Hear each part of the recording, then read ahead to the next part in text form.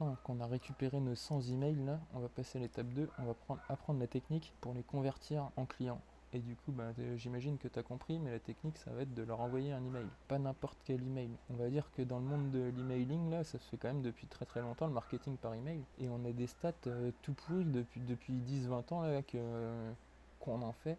On a des stats tout pourris, genre 1% de taux d'ouverture, et sur ces 1% de taux d'ouverture, tu as 1% de retour, quoi. Tu vas faire une vente sur 1000 emails en fait. Et ça, c'est pas les stats qu'on veut, quoi.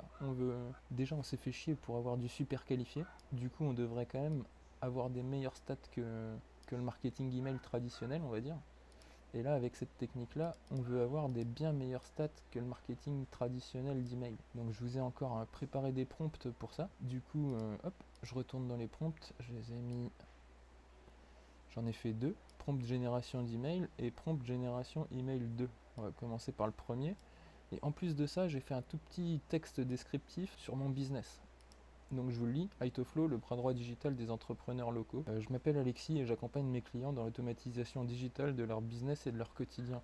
Je propose aujourd'hui des rendez-vous découvertes gratuits et c'est sur ce point que je veux insister aujourd'hui. Et voilà, je lui mets juste ça. Ça va être ce qu'il connaît de mon business au moment où je lui demande de générer un email en fait. Et donc du coup, je vais lui copier-coller tout ça et je vais lui demander, en fait, le prompt de génération d'email, il va juste lui demander génère 15 calls d'email. Donc c'est les emails à froid, exactement ce qu'on est en train de faire, pour prendre une prise de contact pour mon business.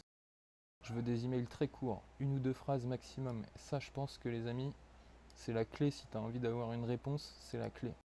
Je veux un CTA vers ma page de prise de rendez-vous. Donc là, je lui donne le lien vers ma page de prise de rendez-vous pour qu'il me le mette dans le CTA.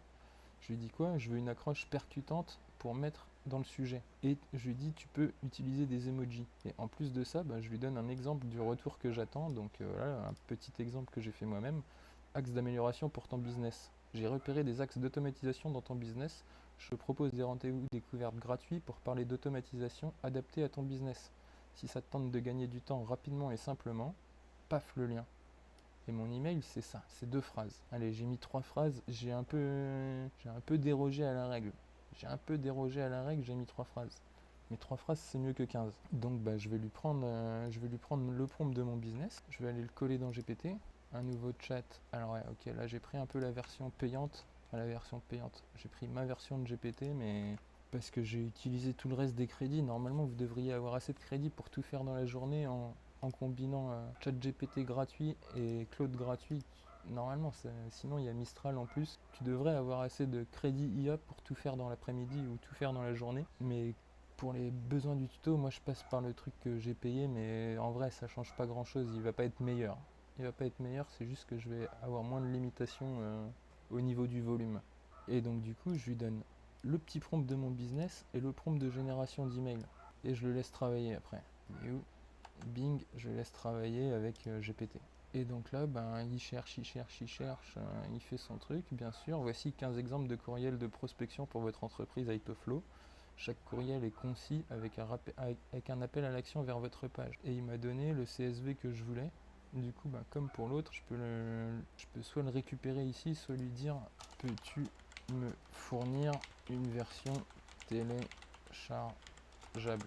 Bien sûr, voici le fichier téléchargé. Hop, comme ça j'ai juste à cliquer dessus et je l'ai normalement. Alors me fais pas... Ça ne télécharge pas. Ou si tu veux le contenu au format texte à copier-coller, je l'ai déjà le contenu au format texte à copier-coller. Du coup, c'est ce que je vais faire. Il n'a pas voulu me le filer à télécharger, ce salaud. Du coup, là j'ai le bouton copier-coller, mais c'est pareil que si je fais ça. Après, comment je vais faire ça pour vous montrer simplement? Je crois que j'ai pas le choix. Je suis pas sur Windows, du coup vous avez une solution beaucoup plus simple que ça à faire. Tu vas sur ton bureau, deuxième bouton, nouveau document texte. Là tu as un document texte, tu rentres dedans. Tiens d'ailleurs, moi je vais le faire ici. Je vais l'appeler nouveau doc texte, comme ça tu as à peu près la même chose que moi, .txt. Du coup tu as un truc comme ça, tu colles tout dedans et après tu viens et tu renommes le txt en CSV. Et là tu as un fichier CSV. Si je vais le voir dans le truc là, mon nouveau doc text, ça C'est pas le même que le vôtre, mais c'est un éditeur de... Enfin, c'est l'explorer de fichiers, quoi, hein. C'est l'explorer de fichiers que j'utilise. Et donc là, mon nouveau doctext.csv, si je l'ouvre, pourquoi il me le... J'ai bien mis CSV. Ok, j'ai pas enregistré ici. J'ai pas enregistré. Il était de 0 kg ici. Du coup, c'est pour ça qu'il n'y a pas dedans. Mais hop, si je l'ouvre, il va me refaire le truc. Ah non, bah voilà, c'est bon. Là, il me l'a ouvert nickel bien du premier coup. Et donc, bah dedans, je vois que j'ai à la fois mon sujet et à la fois le corps de mon message. Donc, je peux aussi voir. Tiens, je vais zoomer pour qu'on puisse tous mieux voir. Il a été concis comme je lui ai demandé, quoi. Ça, c'est un sujet. Booster votre prêt. Pas long. C'est l'idée, hein. L'idée, c'est d'être court. Si t'es pas court, tu seras pas lu. Et donc voilà, en une phrase, ce qu'il a pu dire sur mon business. Découvrez comment automatiser votre business en réservant un rendez-vous gratuit. Paf, une phrase simple, efficace. Automatisez vos tâches quotidiennes avec notre aide. Prenez rendez-vous ici. Explorez des stratégies d'automatisation adaptées à votre entreprise. Planifiez une rencontre gratuite. Optimisez vos ressources grâce à l'automatisation. Réservez votre consultation gratuite. Donc il y a des détracteurs, n'est-ce pas Sarah, qui disent qu'on n'est plus capable de créer une phrase d'accroche ou un truc comme ça. Et là, il ne s'agit pas. Si je veux les créer, si je veux créer les 15 moi-même à la main, je crée les 15 moi-même à la main. Il n'y a pas de souci. En fait, déjà, j'en voulais pas 15, j'en voulais 5. Du coup, maintenant que j'en ai 15, je peux me permettre d'en supprimer 10. Les 10 moins bien, je les supprime en fait. C'est un peu ça l'idée. Ou si je veux en modifier une, hop, je modifie une, quoi. Au lieu de réserver une consultation gratuite, si je préfère mettre un rendez-vous gratuit, je mets un rendez-vous gratuit et disons que c'est personnalisable, quoi. Je suis pas obligé de laisser tout faire à l'IA parce que bah, c'est pas l'idée, hein. Enfin, si, en fait, c'est à moitié l'idée quand même. Mais voilà, il faut quand même bien l'assister, cette IA. Du coup, tu as compris, tu peux t'appliquer à cette étape-là parce que c'est quand même une étape importante. Tu peux soit lui demander de les refaire, soit lui en demander 100 et choisir les 5 meilleurs, soit, bref, soit créatif. C'est ça, soit créatif avec le truc. Tu peux lui rajouter des trucs dans le prompt pour lui dire je veux plutôt ça, je veux plutôt ça, je veux plutôt ça. Par exemple, là, j'ai pas mis le tutoiement. J'ai mis découvrez comment automatiser votre business, mais c'est découvrez EZ. C'est pas découvrez, c'est pas découvre. Découvre comment automatiser ton business, tu vois. Ça aurait pu être beaucoup mieux si j'avais mis tu. Mais bon, c'est pas grave, je vais les laisser comme ça. Je vais en choisir 5. Je vous épargne le choix. Planifier votre succès, j'aime bien. Passer au digital efficacement, j'aime bien. Améliorer vos performances, j'aime pas. Identifions vos besoins, pourquoi pas. Accélérer votre croissance, c'est trop bateau. Des outils adaptés à votre activité, pourquoi pas. Libérer le temps pour l'essentiel, je prends. Optimiser vos opérations, je prends pas. Transformer votre entreprise, je prends pas. Simplifier votre quotidien, pourquoi pas. Augmenter votre efficacité, je prends pas. Des solutions sur mesure pour vous,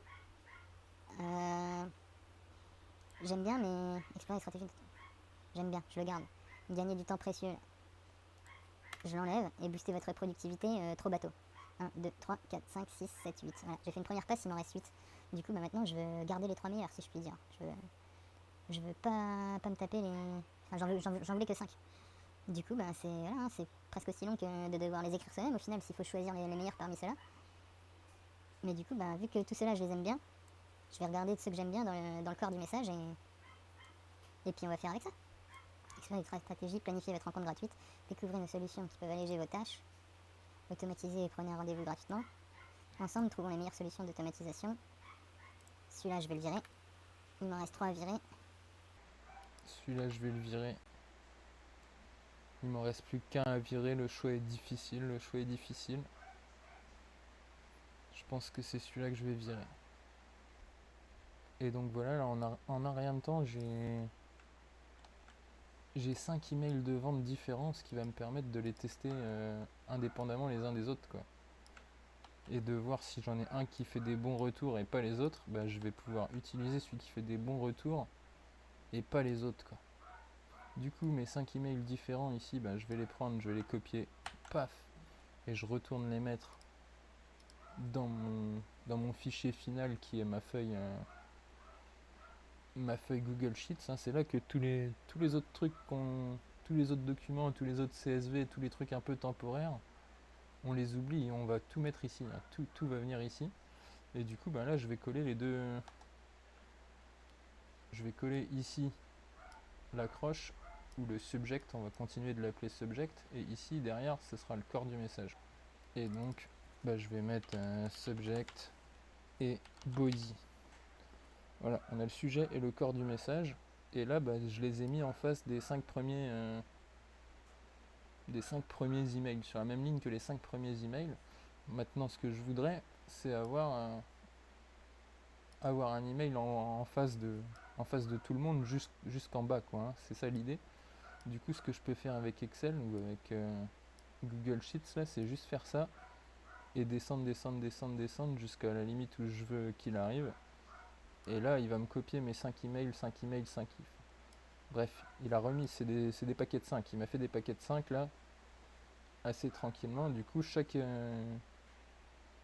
ligne de mon tableau a un email prévu pour recevoir avec un sujet et un petit emoji et un corps de body. Et à partir de ce moment-là, on est déjà prêt à se lancer en fait. Il nous suffit, si on veut le faire. Bon, je retourne un peu ici, mais là on a appris la technique. Ça y est, on a nos emails de vente, on a appris la technique, et là j'ai plus qu'à tous les jours en prendre 2 ou 3 ou 4 ou 5 ou 10, aller les copier dans mon Gmail. Je copie ça, je copie le sujet, je copie le body et je copie l'adresse email dans mon Gmail. Je clique envoyer et c'est parti. Tu remarqueras qu'on n'a pas utilisé la description, on n'a pas utilisé ni le nom ni le prénom. On reste simple, Mais on pourrait, encore une fois, aller vérifier qu'est-ce qu'il y a sur le profil Insta et choisir quel email on veut envoyer spécifiquement à lui. Donc encore une fois, là je reste simple, mais la limite c'est ta créativité. Je vais vous montrer tout de suite le deuxième prompt. Comme ça, vous allez voir comment on peut faire encore mieux, parce que ces emails-là qu'on vient de préparer, là, ok, c'était rapide, mais ils sont un petit peu sans plus. Et autant je suis persuadé qu'ils auront un meilleur taux de retour que ce qu'on fait dans l'email marketing traditionnel, si je puis dire. Autant ils auront un bien moins bon retour que le second prompt. Et donc là, je t'explique tout de suite ce que j'ai fait. Tiens, dans le deuxième prompt, génère 15 calls d'email. Pareil, exactement la même chose. Des phrases très courtes, une ou deux max. Et là, je lui ai dit ça, c'est important. Et pour moi, la technique, elle est là. Je veux que tu poses une question à l'utilisateur à laquelle il ne peut pas dire non. Je ne veux pas de CTA. Parce que pareil, si tu vois qu'il y a un lien dans un email, t'es moins confiant quand tu le lis. Tu sais qu'il y a un truc, qu'on essaie de te vendre un truc s'il y a un lien. Alors que s'il n'y a pas de lien, c'est un message tranquille, normal que tu es obligé de lire. Ça se trouve, c'est un client. Qui te contacte, tu es obligé de le lire. Ça tombe sur ton Gmail. S'il y a 2 phrases en plus, tu les lis, quoi, et c'est tout. Je lui ai dit toujours, je veux une accroche percutante. Je lui ai dit qu'il pouvait utiliser des emojis. Et là, je lui ai dit encore un petit truc de filou, là. Je lui ai dit, enlève une lettre au hasard dans le corps du message pour simuler une faute de frappe.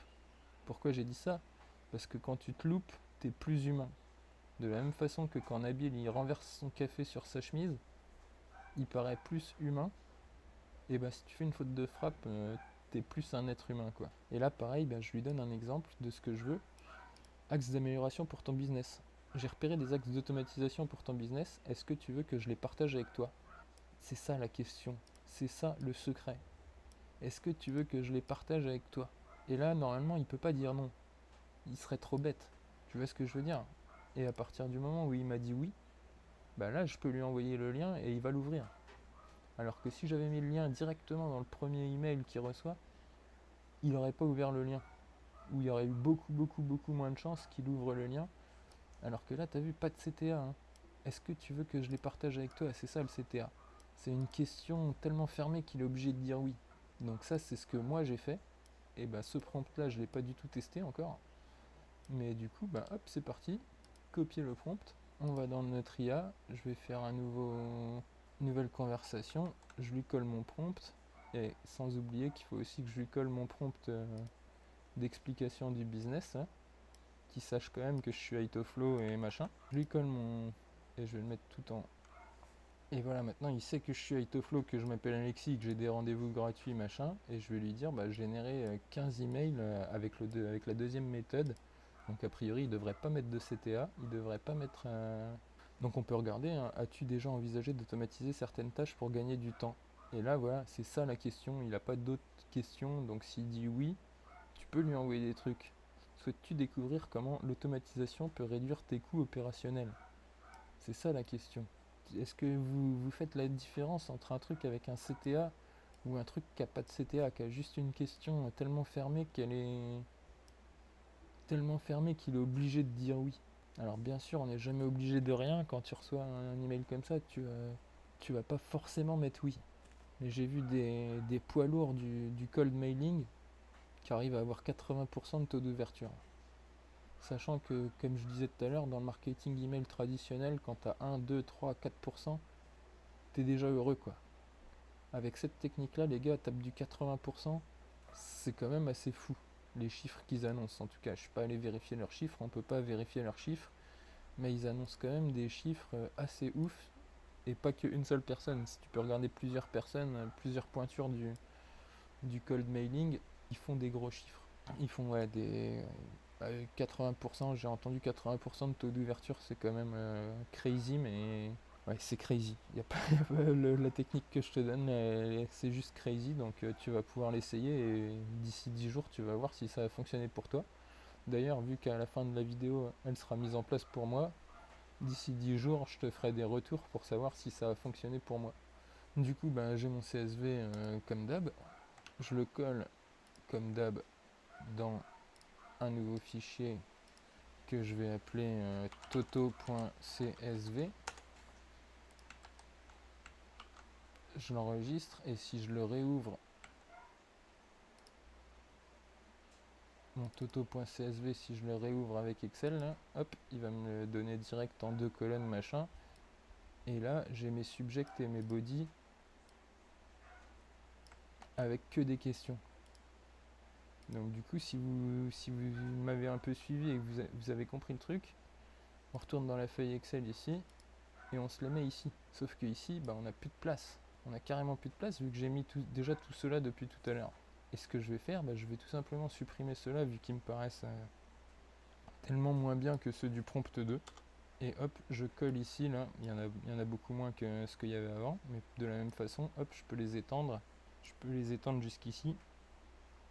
Et j'ai un email en face de chaque adresse mail, en face de chaque compte Instagram, là, j'ai un sujet et un body pour pouvoir leur envoyer un email. Et donc à partir de là, je considère que on est vraiment très très bien. On peut faire de l'envoi d'email à la main sur Gmail avec cette feuille Excel qu'on vient de se préparer en pas si longtemps que ça finalement. Et déjà avoir des retours et des bons retours, on croise les doigts, hein, mais si tu regardes un peu à quel point les clients sont qualifiés, si ton sujet il est bien accrocheur et si ton body il est pas trop casse-couille, si en plus il a une question fermée à laquelle on peut pas dire oui, tu vois, est-ce que tu veux que je te partage des techniques pour améliorer ton business? Qui dit non, sans déconner? Non, non merci, je veux pas de technique pour améliorer mon business. Pas grand monde qui dit non à ce genre de questions, tu vois. C'est des questions comme ça qu'il faut trouver. D'ailleurs, quand je dis il faut les trouver, l'autre il les trouve un peu pour toi, hein. Veux-tu savoir comment le digital peut transformer ton entreprise, tu vois? Si tu dis non, ok, tu veux pas savoir, hein, tant pis pour toi, tu vois. Serais-tu intéressé par des solutions d'automatisation adaptées à ton business? Es-tu prêt à faire passer ton entreprise au niveau supérieur grâce à l'automatisation? Tu vois, que des questions à laquelle c'est très dur de dire non, et je me suis pas fait chier une demi-seconde pour les créer, c'est l'IA qui les a créés pour moi. Encore une fois, je peux les personnaliser, là si je change un mot, il est changé définitivement, et c'est plus l'IA qui a créé le truc, c'est moi. Si je supprime tout ça, j'écris celle que je veux à la place, ça fonctionne quoi, pas de souci.